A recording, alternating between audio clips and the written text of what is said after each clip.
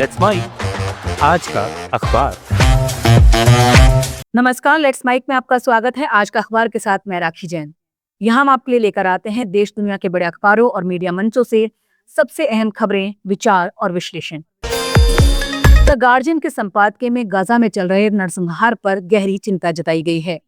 अंतर्राष्ट्रीय मीडिया का ध्यान भले ही ईरान और इजरायल के टकराव पर चला गया हो, लेकिन गाजा में हालात दिन पर दिन बदतर हो रहे हैं।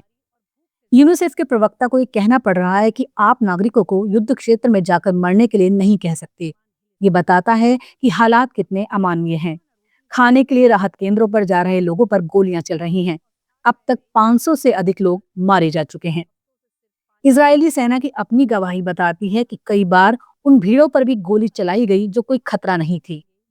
डॉक्टर्स विदाउट बॉर्डर्स ने इसे मानवता की आड़ में किया जा रहा कत्लेआम कहा है, और इस सब के बीच अंतर्राष्ट्रीय शक्तियां या तो खामोश हैं या इस पूरे तंत्र की सहमति में शामिल हैं। गाजा में मरने वालों की सरकारी गिनती 56,000 पार कर चुकी है, लेकिन स्वतंत्र विशेषज्ञ मानते हैं ये संख्या 75,000 से अधिक हो सकती है। और ये गिनती सिर्फ बमों और गोलियों की नहीं, भूख और दवा की कमी से भी सैकड़ों मरे हैं। राजनीति का चेहरा भी उजागर हुआ है। नेतन्याहू की जल्द चुनाव की महत्वाकांक्षा, डोनाल्ड ट्रंप की मध्य पूर्व डील की खोखली कल्पना, ये सब फिलिस्तीनियों के अधिकारों को और पीछे धकेल रहे हैं। वेस्ट बैंक में भी हिंसा की आंच तेज है, जहां अब इसे गाजाकरण कहा जा रहा है, यानी जहां भी फिलिस्तीनी हैं वहां उन्हें हटा दो। और अंत में गार्जियन का सबसे तीखा सवाल, जब तक अमेरिका और यूरोपीय देश इजराइल को व्यापार और हथियार देते रहेंगे, वो भी संहार में साझेदार बने रहेंगे। अगर वे वाकई इंसाफ और मानवाधिकार की बात करते हैं, तो उन्हें फिलिस्तीनियों के लिए एक स्वतंत्र भविष्य की ओर कदम बढ़ाना चाहिए, न कि चुप रहकर इस पूरी तबाही को वैधता का जामा पहनाना चाहिए। द गार्जियन का संपादकीय उस अंतर्राष्ट्रीय संवेदनहीनता पर सवाल उठाता है जो गाजा में हजारों बेगुनाहों की मौत को बस आंकड़ों में गिनता रह रहा है। ये एक नैतिक अपील है कि अब और चुप रहना अपराध है। न्यूयॉर्क टाइम्स में प्रकाशित एक रिपोर्ट बताती है कि अमेरिका में मां बनने के बाद महिलाओं को भारी आर्थिक और सामाजिक कीमत चुकानी पड़ती है। लेख एक बेहद जरूरी और निजी अनुभव को सामाजिक सवाल की शक्ल देता है। आज भी दुनिया के सबसे ताकतवर देश अमेरिका में एक महिला के मां बनने का मतलब है उसकी कमाई, उसका करियर और उसका आर्थिक आत्मविश्वास सब कुछ दांव पर लग जाना। मदरहुड पेनल्टी यानी मां बनने की सजा, यही शब्द इस लेख की धड़कन है। रिसर्च कहती है कि एक महिला जब मां बनती है तो 15 साल बाद उसकी कमाई उन महिलाओं से 11% कम होती है जो मां नहीं बनी, और पुरुषों से 42% कम। सोचिए, सिर्फ मां बनने के फैसले के लिए कितना भारी नुकसान है।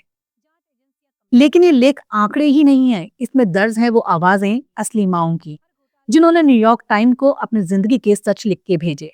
किसी ने बताया कि कैसे मां बनने के बाद उन्हें अपनी नौकरी छोड़नी पड़ी। कोई कहती है कि वो अब रिटायरमेंट के करीब है, लेकिन बैंक अकाउंट लगभग खाली है।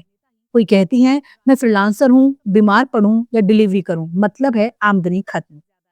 लेख का सबसे मार्मिक हिस्सा उन महिलाओं की कहानियां हैं जो अब रिटायरमेंट के करीब हैं, लेकिन आर्थिक रूप से बेहद असुरक्षित महसूस करती हैं, सिर्फ इसलिए कि उन्होंने बच्चों की परवरिश के लिए करियर में पीछे हटना चुना।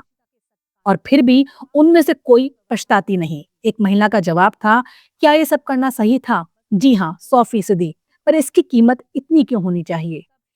असल बात यही है, हम माँ बनने को पूजनीय मानते हैं, पर सिस्टम ऐसा है कि जैसे कह रहा हो ठीक है माँ बनो, लेकिन फिर अपनी नौकरी, अपने सपने, अपने पैसे को अलविदा कह दो। क्या यही इंसाफ है? ये लेख एक आईना है जो हमें दिखाता है कि महिला की भूमिका मां बनने से नहीं बदलती, लेकिन समाज और बाजार उसे उसी पल कमजोर समझने लगते हैं। अब जरूरत इस सोच को बदलने की है, क्योंकि मां बनना किसी एक महिला की निजी लड़ाई नहीं, एक पूरी पीढ़ी की सामूहिक जिम्मेदारी है। ये लेख सिर्फ माओं की मुश्किलों की कहानी नहीं है, इस सवाल उठाता है कि हमारी work place policies, gender equity और आर्थिक सिस्टम में माओं के लिए कितनी जगह है, और सबसे अहम बात, क्या हम इसे बदलने के लिए तैयार हैं? अल जजीरा ने अपने हालिया लेख में थायमेरोसोल को लेकर उठे ताजा विवाद को समझाने की कोशिश की है। ये वही पदार्थ है जो कभी कुछ वैक्सीनों में प्रिजर्वेटिव के तौर पर इस्तेमाल होता था, ताकि बैक्टीरिया या फंगस ना पनप सके। अमेरिका के स्वास्थ्य मंत्री रॉबर्ट एफ कैनेडी जूनियर ने अब इसे लेकर चिंता जताई है और फ्लू वैक्सीन में इसका इस्तेमाल बंद करने की सिफारिश की है। उन्होंने इसे जहरीला और न्यूरोटॉक्सिन कहा है, और दावा किया है कि इससे बच्चों और गर्भवती महिलाओं को नुकसान हो सकता है। लेकिन अल जजीरा का लेख साफ कहता है कि ये डर वैज्ञानिक आधार पर नहीं बल्कि पुराने भ्रमों पर टिका है। थाइमेरासोल में एक एथाइल मरकरी होता है जो शरीर से जल्दी बाहर निकल जाता है और हानिकारक नहीं माना गया है। इसके विपरीत लोगों में जो डर है वो मेथाइल मरकरी को लेकर है, जो मछलियों में पाया जाता है और शरीर में जमा हो जाता है।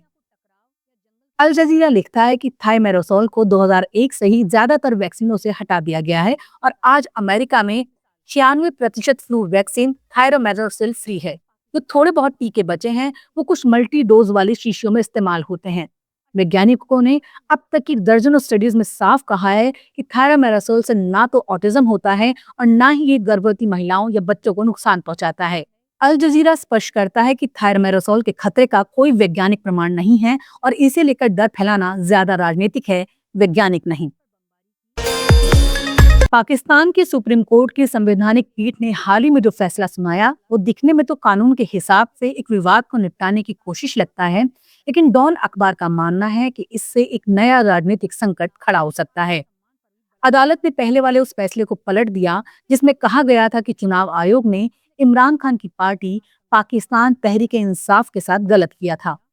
आयोग ने पीटीआई का चुनाव चिन्ह छीन लिया था और उसके उम्मीदवारों को निर्दलीय बना दिया था। इससे चुनाव में बराबरी नहीं रही और संसद की आरक्षित सीटों का संतुलन भी बिगड़ गया। अब कोर्ट ने कह दिया है कि सुन्नी इत्तेहादी काउंसिल को आरक्षित सीटें नहीं मिलेंगी, जबकि पीटीआई के उम्मीदवार उसी दल से जुड़कर चुनाव लड़े थे। इसका फायदा सीधे सत्ता पक्ष को हुआ। अब उसके पास संसद में 2/3 बहुमत है और वो जैसे चाहे संविधान में बदलाव कर सकते हैं। डॉन लिखता है ये फैसला एक खतरनाक परंपरा की शुरुआत है जिसमें अदालतें उन लोगों के हित में बनती और फैसले देती दिख रही हैं जो सत्ता में हैं।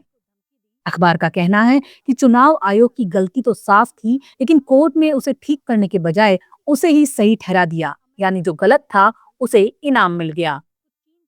डॉन याद दिलाता है कि जब संविधान में 26वां संशोधन हुआ था तब भी सत्ता के विरोधियों को डराया धमकाया गया था। अब जब सरकार के पास और ज्यादा ताकत आ गई है तो उन्हें किसी से डरने की जरूरत नहीं है। ये संवैधानिक पीठ पहले भी सेना की तरफ से नागरिकों पर मुकदमे, सरकार की दखलंदाजी और चुनावी गड़बड़ियों को सही ठहराती रही है। अब वही पीठ लोकतंत्र को और कमजोर कर रही है। डॉन लिखता है कि पाकिस्तान के लोगों को अब सतर्क हो जाना चाहिए क्योंकि धीरे धीरे उनका अपने भविष्य पर फैसला करने का हक छीना जा रहा है। अब नजर डालते हैं एक ऐसी पहल पर जो भारत के आदिवासी समाज को अपनी आवाज और पहचान लौटाने की दिशा में बड़ा कदम है। द टेलीग्राफ के संपादकीय डिस्कवरी ऑफ वर्ड्स में बताया गया है कि जवाहरलाल नेहरू विश्वविद्यालय की प्रोफेसर सोनझरिया मिंज आदिवासी भाषाओं और ज्ञान की एक डिजिटल आर्काइव बना रही हैं। ये सिर्फ दस्तावेज नहीं होगा बल्कि एक ऐसा मंच होगा जिस पर आदिवासी समुदाय खुद तय करेंगे कि वे अपनी भाषा, संस्कृति और ज्ञान किसके साथ साझा करना चाहते हैं। ये स्वायत्तता पहली बार उन्हें दी जा रही है। लेख इस बात को रेखांकित करता है कि अब तक आदिवासी जीवन पर अध्ययन ज्यादातर बाहरी लोगों द्वारा हुआ है, जिसमें स्थानीय लोगों की भूमिका नगण्य रही है। लेकिन अब प्रोफेसर मिंज और उनके जैसे शिक्षित आदिवासी विशेषज्ञों की एक पूरी पीढ़ी सामने आ रही है जो खुद अपनी कहानी कहने को तैयार है। वो मानती है कि भाषा सिर्फ संचार नहीं बल्कि पूरी संस्कृति का वाहक होती है। जब बच्चे अपनी मातृभाषा में शिक्षा पाते हैं तो वे न सिर्फ तेजी से सीखते हैं बल्कि अपनी जड़ों से भी जुड़े रहते हैं। इसलिए वो प्राथमिक शिक्षा में आदिवासी भाषाओं को शामिल करने का पाठ्यक्रम भी तैयार कर रही हैं। हालांकि लेख इस विडंबना को भी स्वीकार करता है कि ये पूरी पहल आधुनिक शिक्षा और तकनीक पर आधारित है, यानी वही व्यवस्था जिसने आदिवासी पहचान को पीछे धकेला, अब उसी के जरिए उसे संजोने की कोशिश की जा रही है। यही कारण है कि लेख एक संतुलित रास्ते की बात करता है जहां आधुनिक शिक्षा और आदिवासी संस्कृति साथ चल सके। लेख का निष्कर्ष साफ है, अब समय है कि आदिवासी समाज खुद बोले अपनी शर्तों पर अपने तरीके से, तभी भारत की विविधता सच्चे मायनों में संरक्षित रह सकेगी। आप सुन रहे थे let's mike more than radio. Follow कीजिए हमें हमारे सोशल मीडिया प्लेटफॉर्म्स पर।